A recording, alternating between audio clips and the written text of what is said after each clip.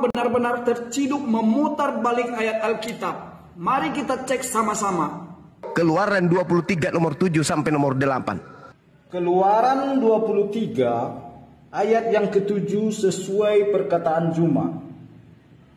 Haruslah kau jauhkan dirimu dari perkara dusta.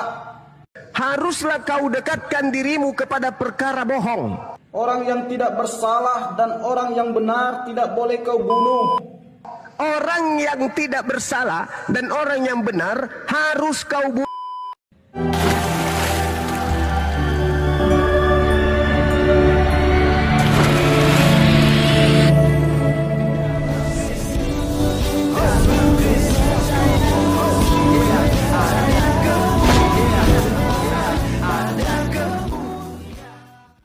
Bismillah wal ibni waril kudus ilahu wahid. Demi nama Bapa, Putra dan Roh Kudus Allah yang Esa. Salam elechem bisem Yeshua HaMashiach. Teman-teman sekalian, kiranya Tuhan memberkati kita semua. Terima kasih sudah kembali ya untuk menyaksikan video daripada Bang Laskar. Dan kali ini kita akan membahas tentang si Juma, si mulut besar yang kerjaannya adalah menghina dan menistakan kekristenan ya. Dan sebenarnya orangnya sudah dilaporkan ke Polda Sumut ya. Teman-teman, kita berharap memang dalam waktu dekat Juma ini akan diproses secara hukum yang berlaku di Indonesia. Karena bukan cuma satu video saja, bahkan sampai hari ini ketika dia live, yang dibahas adalah ayat-ayat Alkitab Kristen dan diputarбalikan oleh dia.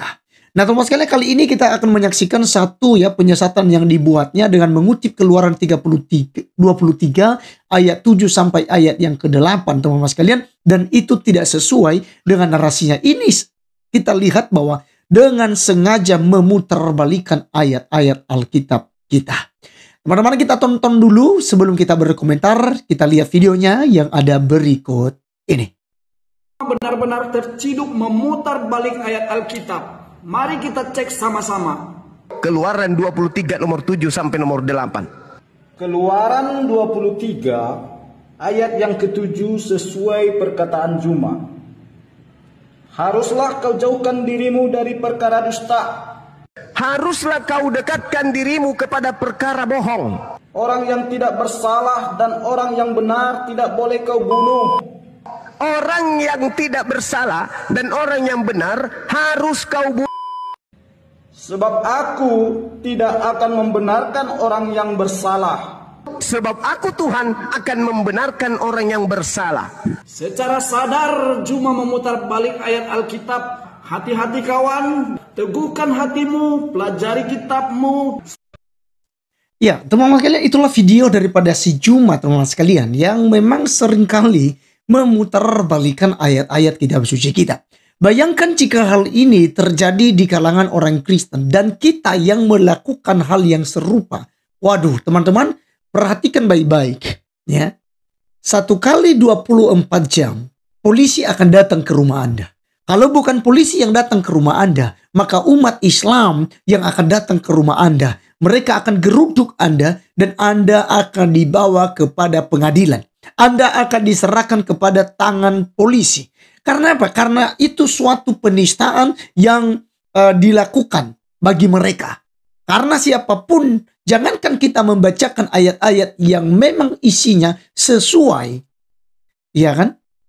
Kita membaca saja, jika kita ada framing-framing, itu sudah dianggap penistaan oleh mereka. Ya. Atau kita membahas tentang mereka tanpa sebab, itu juga sudah dianggap penistaan oleh mereka. Tapi kalau mereka itu sebebas-bebasnya kawan-kawan. Ya. Jadi inilah sehingga kita lihat bahwa para polemikus ini seperti Juma dan kawan-kawan merajalela untuk terus menistakan agama yang ada di Republik Indonesia, secara khusus agama Kristen. Teman-teman, saya akan menunjukkan lagi satu videonya ya tentang dia mutarbalikan ayat Alkitab. Kita lihat berikut ini. Yesus, apa buktinya? Baca yang keluar dari kubur itu bukan Yesus. Apa buktinya? Baca Yohanes 12 nomor 31. Yang keluar dari kubur itu adalah iblis. Oke, kawan-kawan, itulah videonya ya yang kalian saksikan ya. Dan ini kita akan berkomentar ya. Jadi pertama-tama tadi di video pertama itu dia mengutip Keluaran 23 ayat 7. Seharusnya dikatakan di situ, haruslah kau jauhkan dirimu dari perkara dusta. Justru dikatakan bahwa haruslah kau berbohong gitu loh. Ya, kemudian dikatakan orang yang tidak bersalah dan orang yang benar tidak boleh kau bunuh. Justru dia bilang orang-orang yang tidak bersalah dan orang-orang benar harus kamu bunuh gitu katanya. Ya. Jadi ini diputar balikan oleh dia teman-teman sekalian. Padahal Keluaran 23 ini kawan-kawan, kalau Anda melihat perikopnya, itu peraturan tentang hak-hak manusia. Makanya ketika Anda melihat, ya dari ayat pertama saja misalnya, janganlah engkau menyebarkan kabar bohong, janganlah engkau membantu orang bersalah dengan menjadi saksi yang tidak benar. Dan ini aturan-aturan sampai ke dalam ayat yang ke-7 itu. Sampai ayat ke-8 pun, suap janganlah kau terima sebab suap membuat buta mata orang-orang yang melihat dan memutarbalikan perkara orang-orang benar. Orang asing janganlah kamu tekan karena kamu sendiri telah mengenal keadaan jiwa orang asing sebab kamu pun dahulu adalah orang asing di tanah Mesir. Teman sekalian, justru ini menyadarkan kita sebagai orang-orang Kristen dan juga orang-orang Israel, di mana mereka teman sekalian harus ya mengasihi, ya jangan menekan orang asing gitu, jangan menjadi saksi dusta, jangan apalagi menerima suap. Dan ini ajaran kekristenan yang sampai hari ini dilakukan oleh orang-orang Kristen. Lalu cuma memutarbalikkan seenaknya dia kawan-kawan. Apakah ini bukan penistaan agama? Seharusnya kawan-kawan, polisi harus bertindak cepat untuk memproses Juma. Memang sudah dilaporkan oleh Bang Dos masih jabat, tetapi kita berharap ya hal ini kemudian dipercepat oleh polisi untuk menangani kasus ini daripada dibiarkan orang semacam ini. Suatu ketika ini bisa terjadi ya sesuatu yang tidak diinginkan di Republik Indonesia. Jadi teman-teman sekalian, yang kedua yang akan kita tanggapi yaitu dia katakan bahwa yang bangkit itu bukan Yesus, tetapi yang bangkit pada hari yang ketiga itu adalah iblis. Di mana dalil yang katanya itu? Baca Yohanes pasal 12 ayat 31. Teman-teman sekalian, kita akan baca bersama-sama. Sekarang berlangsung penghakiman atas dunia ini, sekarang juga penguasa dunia ini akan dilemparkan keluar. Bahkan ayat 32 pun juga tidak dituliskan demikian. Dan aku apabila aku ditinggikan dari bumi, aku akan menarik semua orang datang kepadaku. Jadi teman-teman sekalian, ayat-ayat yang digunakan oleh Juma ini untuk membenarkan argumentasinya juga pun tidak sesuai. Hanya untuk memfitnah Tuhan Yesus tidak bangkit dari kematian. Lalu dia kemudian teman-teman sekalian ya mengutip ayat-ayat Alkitab sembarangan. Nah jadi teman-teman sekalian, tentu hal ini kalau kita melihat bahwa ini suatu hal yang merupakan penistaan agama Kristen. Oleh karenanya kita berharap memang pihak yang berwajib ya untuk menangani dan mempercepat penangkapan daripada Ustadz Juma. Kenapa? Karena jelas-jelas ini sudah melakukan suatu tindak pidana yaitu pencemaran agama dan penistaan ya, lebihnya ke penistaan agama sesuai dengan undang-undang yang berlaku. Siapapun ya yang bahas tentang kitab suci agama lain ya secara sadar di media sosial lalu memutarbalikkannya, maka ada hukum yang menjeratnya.